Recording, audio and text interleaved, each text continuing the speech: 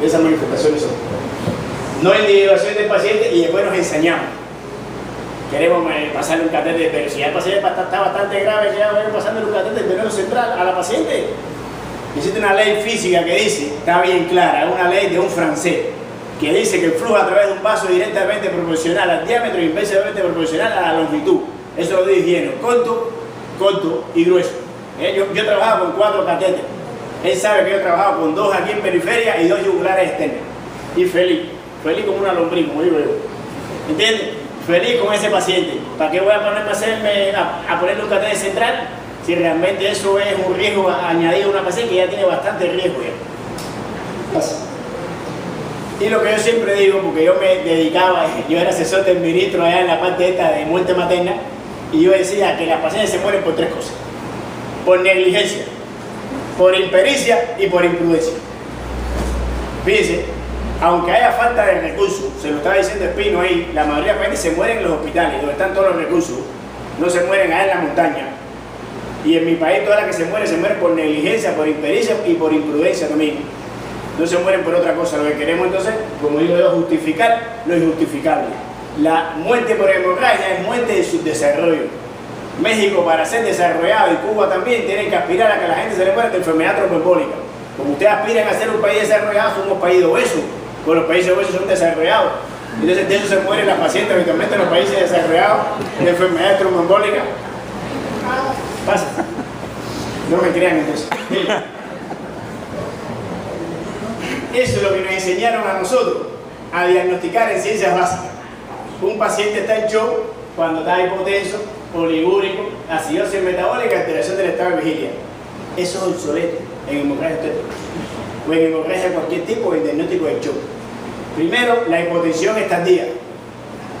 ¿No? Tú no tienes que esperar que la gente pierda un 40% que ya no pueda compensarlo para ponerse hipotencia. Tú no puedes diagnosticarla ahí. Oliguria tienes que esperar 1 hora. No te puede dar el lujo ese. La acidosis metabólica tienes que tener una gasometría. Y la alteración del estado de vigilia, acuérdense que el sistema nervioso central tiene pocos receptores adrenérgicos y siempre se prioriza la perfusión cerebral. Y eso es muy tardío. Cuando usted ve un paciente en shock hemorrágico con disminución del estado de conciencia, mándate a correr porque ya es un shock avanzado con diagnóstico tardío y con reanimación extremadamente inadecuada. Porque usted la puede ver en shock y hablando y conversando sin problema. Es decir, que todas esas cosas tenemos que olvidar, tenemos que irnos a hacer el diagnóstico, hacernos más precoces. Disminución de la intensidad del pulso de inspiración, un gradiente térmico distal, que eso te habla que hay un gasto cardíaco disminuido. El test de hipotensión ortostática, ¿saben lo que es eso?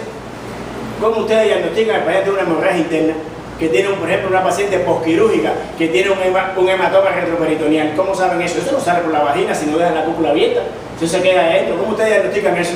¿Cómo saben que tiene un hematoma en ligamento ancho que a veces tiene una cantidad de sangre ahí importante? O un hematoma retroplacentario que una parte se exterioriza y la otra no. ¿Cómo lo saben?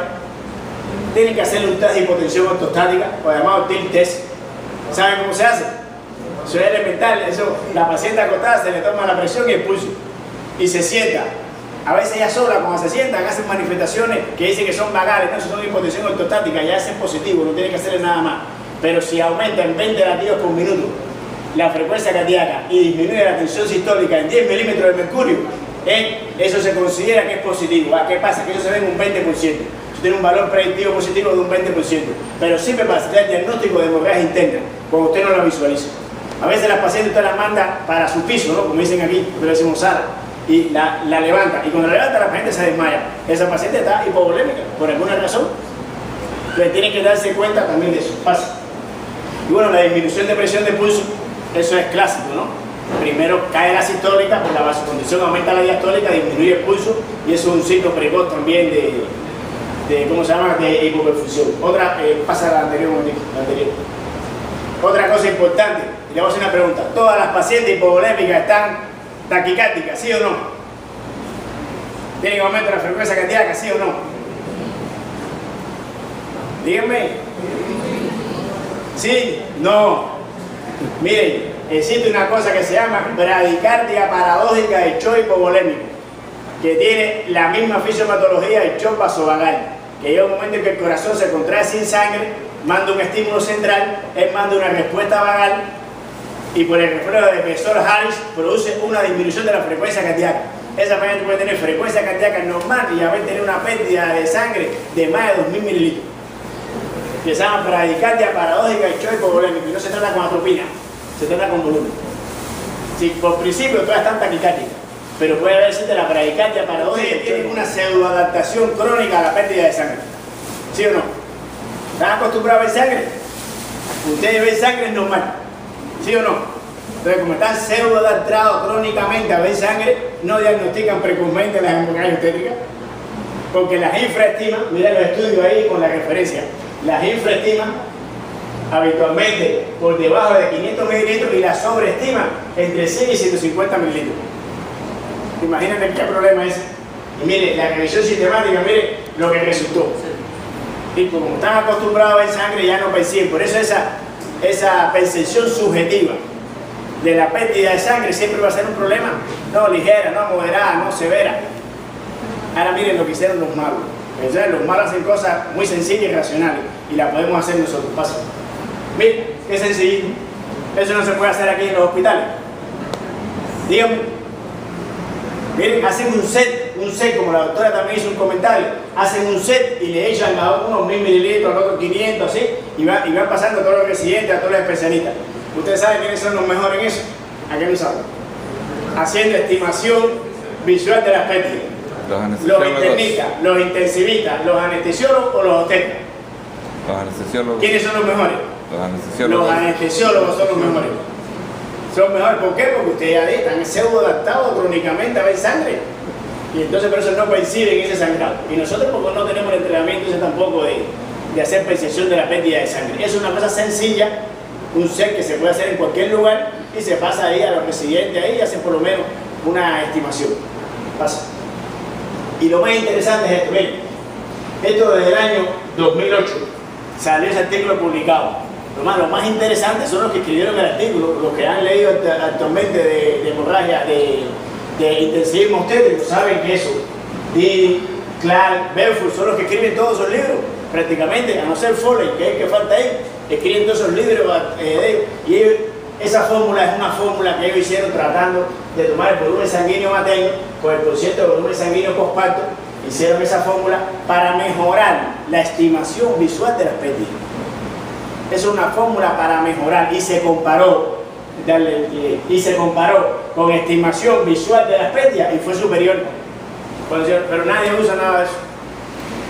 Nadie usa nada de eso. Pasa.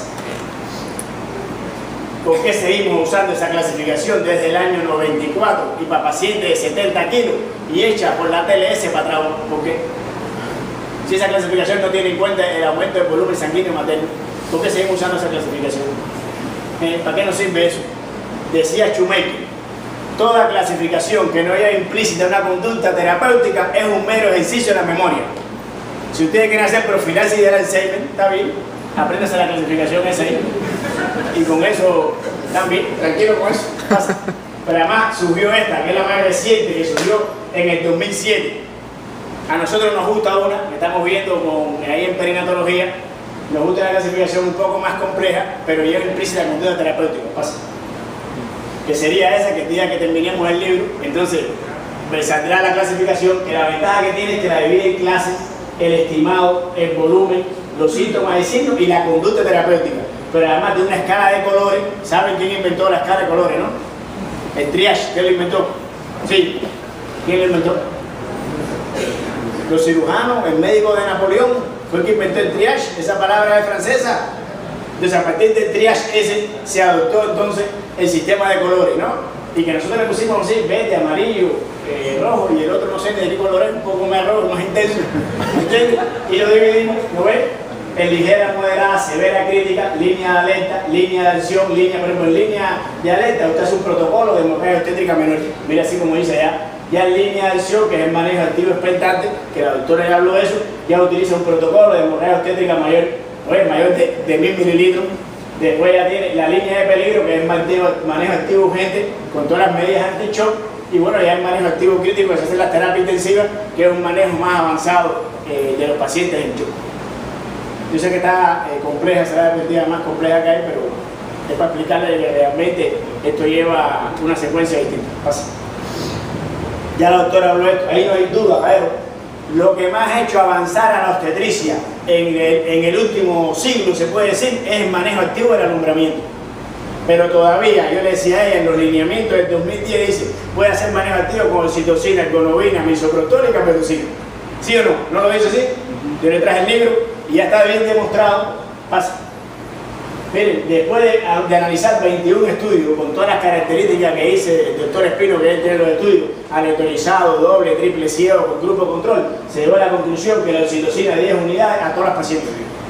Ese es un manejo activo del alumbramiento, aparte de lo que habló la doctora, del resto de las cosas de manejo activo, de la tracción del cordón, el masaje uterino, el pinzamiento, es decir, tracción de la placenta y el pinzamiento del cordón. En forma directa la oxitocina. No, la oxitocina de la componente intramuscular sin ningún tipo de las problema. 10 unidades directas. Directa, eso se pone ahí directa, 10 unidades de oxitocina, no hay que poner infusión de oxitocina, eso no es manejo activo. El manejo activo que se demostró era 10 unidades intramuscular, que existe la duda y todavía existe la disquisición esa, si es cuando hay quien la pone endovenosa. Hay que la poner, pero la puede poner intramuscular también. Al final no hay diferencia, fíjate, entre la acción de la vía endovenosa, porque la biodisponibilidad es muy alta, a la vía intramuscular. Usted administra 10 unidades de oxitocina o cuando sale el hombro anterior, o hay quien dice ya cuando se produce el alumbramiento, por la posibilidad de que quede ahí retenida la placenta. Esa es la parte que no están bien de acuerdo, pero eso es la medida que más ha hecho avanzar la obstetricia en el último año. Eso se puede hacer con capetopril también. Es más cara, es 14 veces más cara. Eso está claro, pero a veces es más fácil, a veces, en este caso no, porque 10 unidades de oxitocina cualquiera la pone endovenosa y no tiene ningún tipo de problema, pero los que han aplicado capetopril, que son los canadienses en su protocolo, se la ponen a todas las cesáreas. Le ponen como manejo activo capetopril y a todos los partos vaginales con un factor de riesgo de hemorragia obstétrica. Y está aprobado por la FIBA. Miren, esto es una de las cosas más interesantes. Y yo digo que es uno de los errores más grandes que cometemos en el tratamiento de los pacientes. Dicen que usted cuando necesita un paciente, si le administra volumen, promueve la perfusión de los tejidos, el metabolismo celular, por lo cual incrementa la supervivencia. Eso es genial, ¿no? Sin embargo, el incremento de la tensión arterial con esa resucitación destruye el coágulo, promueve el sangrado, por lo que disminuye la supervivencia. ¿Qué problema? Y eso está dicho ahí, solo lo inventé yo. ¿Qué hacemos con eso? Fíjense, el organismo de homeostasia primaria que hace vasoconstricción para disminuir el sangrado, disminuir la presión, acercar las dos superficies vasculares y favorecer la formación del coágulo. Así que las plaquetas se llenan y forman el coágulo. Cuando nosotros reanimamos, ¿qué hacemos?